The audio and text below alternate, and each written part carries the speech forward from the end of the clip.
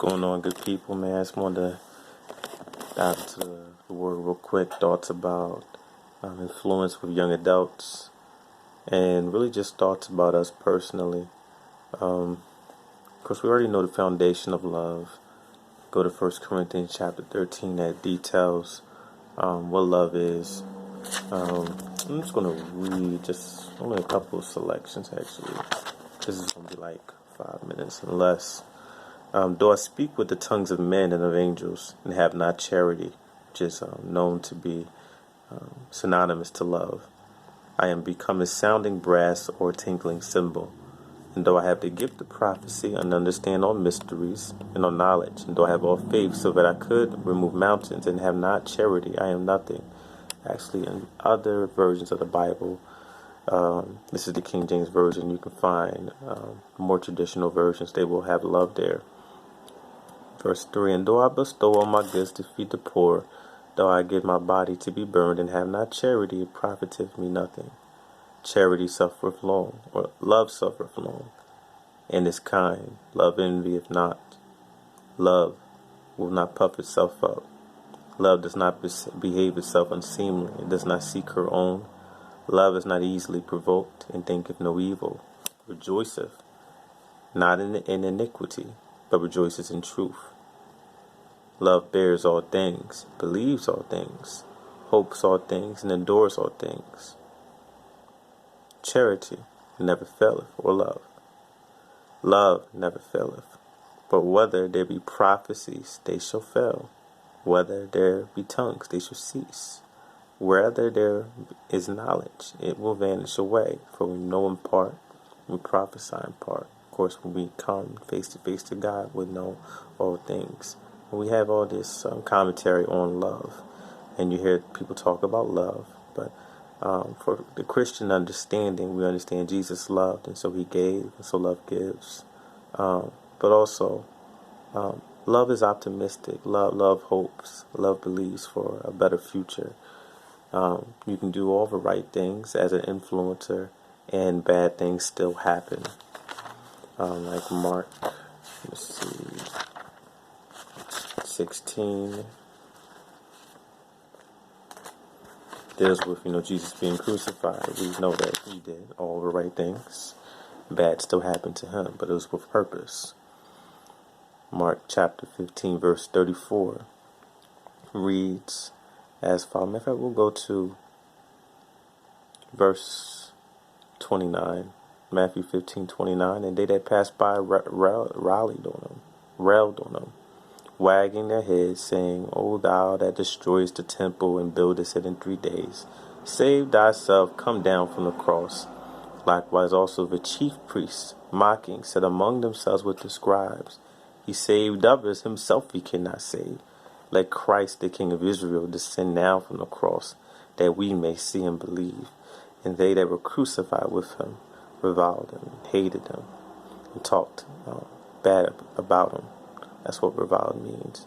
And when the 6th hour was come, there was darkness over the whole land until the 9th hour. And at the 9th hour Jesus cried with a loud voice, saying, Eli, Eli, lama sabachthani, my God, why hast thou forsaken me? You can do the right things, and it's still things happen, and it's not always because it's part of God's plan. And at the same time, there can be things you go through that is part of God's plan. So let's deal with Jesus. Part of God's plan for him, and being the Son of God, was to suffer for all. But he was still, as a human and in the human experience, feeling pain.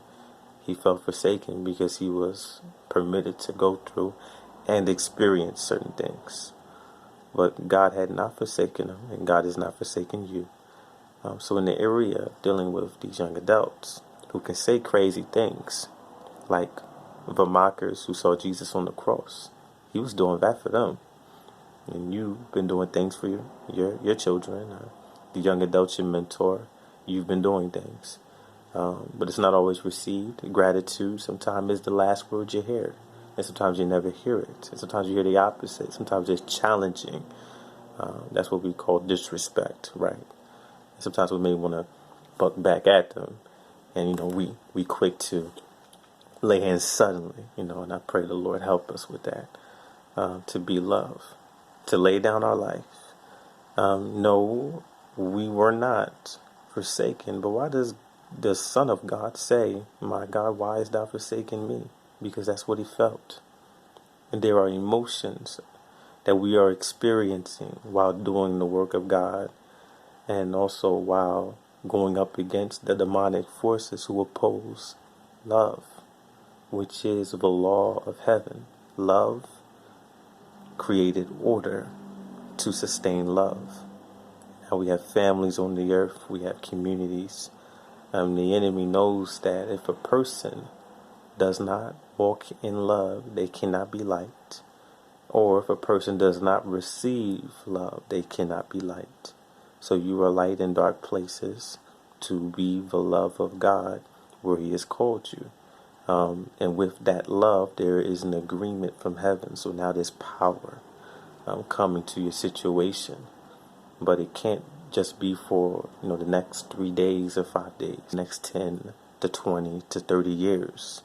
And know that a laid down life, it has impact on the people around you, because the very people who criticize you and challenge you are the very ones who will be saved through this sacrifice, through this love walk with Jesus, and through this love walk with them. That continued ability to love who do not love you and do not appreciate becomes power from God and for God to deal with them outside of your eyes and your purview and your awareness, so God can arrange this suddenly in their life as he arranged it in yours. So trust that God is with you. He is for you. He's working on your behalf. And you don't walk alone. His power is with you. But most importantly, do not let emotions and what you experience dictate your perspective, touch your hope, or touch your belief. At all times, God is for you, God is with you, and God is with the people that you are praying about and that you are interacting with.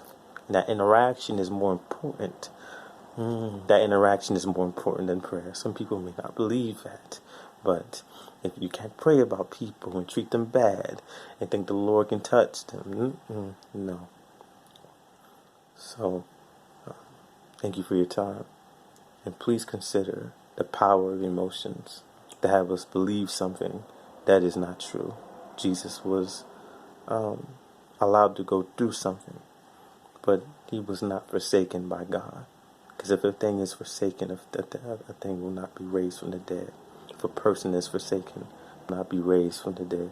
He was allowed to go through. You've been allowed to go through because God knew he was more than enough to raise him and raise himself. And God knew he's more than enough in your situation to bring about the resurrection. Emotions will not control you. Emotions will not confuse us. We walk in God's truth, for he is the truth, the way, and the life. Amen.